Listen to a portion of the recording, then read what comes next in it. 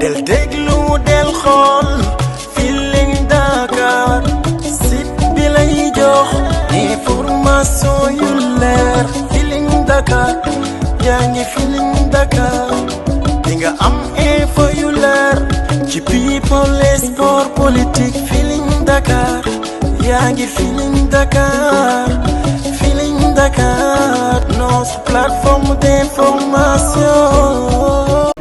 Salam alaikum. Aujourd'hui, je vais prendre la parole d'abord en tant que journaliste, ensuite en tant que président de la commission de la carte nationale de presse. En tant que journaliste, je devrais me féliciter de cette rencontre pour la bonne et simple raison que c'est la première fois que j'assiste à une rencontre pareille. On a parlé sans complaisance. Je pense que le commissaire Diop vient de faire un diagnostic sans complaisance et nous sommes tous d'accord sur le diagnostic qu'il a eu à faire. Nous sommes tous d'accord. Et cette année, c'est la deuxième fois que je participe à une rencontre de cette envergure. La première rencontre, c'était les assises de la justice. Lors de ces assises, j'ai participé à ces assises. Il y avait des détenus qui étaient là et qui parlaient de leur expérience devant des magistrats qui étaient là et qui écoutaient. Des fois ça volait haut, des fois ça volait bas, mais ils étaient là, stoïques, ils écoutaient. Mais au bout du compte, les gens se sont rendus compte qu'il y avait des choses à changer et il y a des propositions qui ont été faites. Je peux donner l'exemple du retour de parquet. Il y a des gens qui ont raconté un certain nombre de choses. Je sais qu'au niveau de la police, il n'y a pas un budget qui est consacré pour gérer les retours de parquet et consorts. Et à partir de cela, il y a des propositions qui ont été faites pour corriger tout cela. Encadrer les retours de parquet, mettre un budget également pour gérer les personnes qui sont amenées en retour de parquet. Parce que les gens ont pris la peine de discuter et de trouver des solutions. La deuxième rencontre, c'est celle-là. Nous sommes là, nous tous, nous poursuivons des missions de service public. Et je pense que nous avons plus de points de convergence que de points de divergence. Je le dis parce que quand on prend même la Constitution, l'article 7 dit que les populations sénégalaises ont droit à la sécurité, ont le droit à leur intégrité corporelle. Et ce travail-là, ça vous incombe, vous, forces de défense et de sécurité. Vous descendez à l'article 8, c'est tout simplement le droit à l'information qui nous incombe, nous, journalistes. Même quand on part dans les process, nous avons pratiquement les mêmes procédures. Triptyque, collecte, traitement, diffusion d'informations. Là où nous parlons d'informations, vous parlez de renseignements. Vous collectez des renseignements, vous les traitez et après, s'il y a des infractions, vous arrêtez. Nous, on n'arrête pas, on diffuse l'information. À part de ce moment-là, je trouve quand même que nous pouvons trouver des plages de convergence pour discuter ensemble, trouver des solutions ensemble pour le bien de la population sénégalaise. Parce qu'encore une fois, vous travaillez pour la population sénégalaise, nous aussi, nous devons travailler pour cette population sénégalaise, nous travaillons pour cette population sénégalaise. Mais le diagnostic que le commissaire Diop a fait, c'est un diagnostic correct et je trouve que les solutions se trouvent exactement dans les propositions qu'il a eu à faire. Ibrahim Lissafay l'a dit tout à l'heure.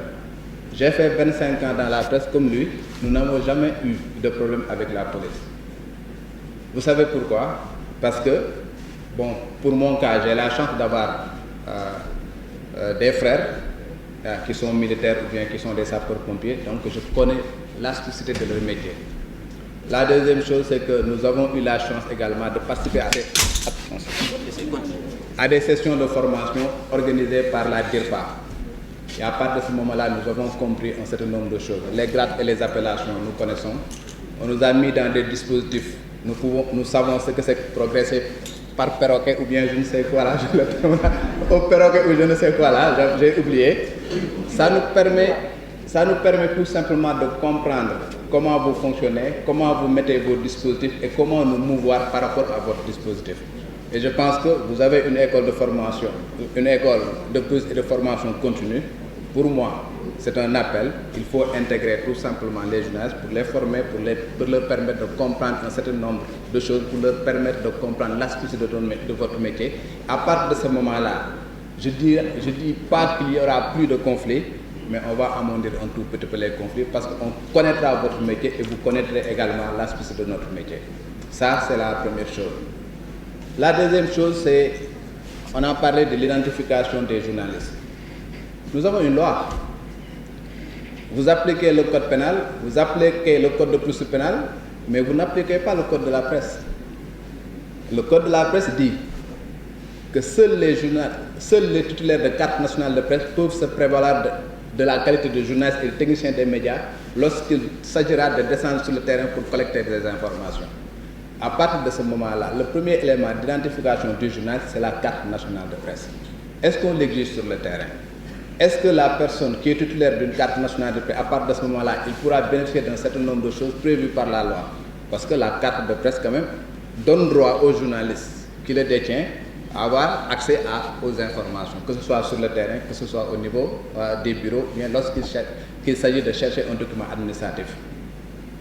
La police ne l'applique pas, et au moment où je vous parle, certaines ambassades l'appliquent par exemple. Je peux donner l'exemple de l'ambassade des États-Unis. Depuis que nous avons eu à organiser des sessions avec eux, ils nous ont dit que ça c'est une aubaine pour nous. Parce qu'à un moment donné, on ne pouvait pas identifier qui était journaliste ou qui n'était pas, parce que nous avions des cartes maison, nous avions des cartes de la RTS, du Soleil, on ne peut pas faire la différence. Alors que nous savons tous que pour confectionner une carte, c'est très facile. Vous avez le logo qui est téléchargeable sur le net, vous allez n'importe quel infographe a la possibilité de confectionner une carte maison, mais la carte nationale de presse est une carte assez sécurisée.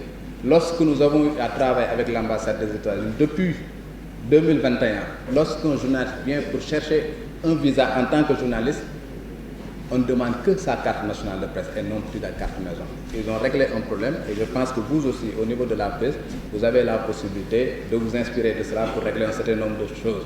Vous allez respecter d'abord la loi parce que c'est le code de la presse, c'est une loi quand même. Vous allez respecter la loi comme vous respectez le code pénal et le code de procédure pénale. L'autre chose, c'est il faut... Bon, non, en fait, je termine quand même pour dire quand même que à un moment donné, il faut quand même proscrire un certain nombre de langages, hein, parce qu'on l'a dit. Des fois, les policiers sont assez violents dans leurs propos. Par exemple, les termes dégage, c'est rien pour un policier, hein, dégage, c'est rien pour un policier. Mais ça peut être quelque chose pour un civil qui ne comprend vraiment pas la spécificité de votre truc. Bon, il y a même certains qui ajoutent dégage minable. Et ça, je pense qu'il va falloir que vous soyez un peu votre langage par rapport à ça. Je vous remercie.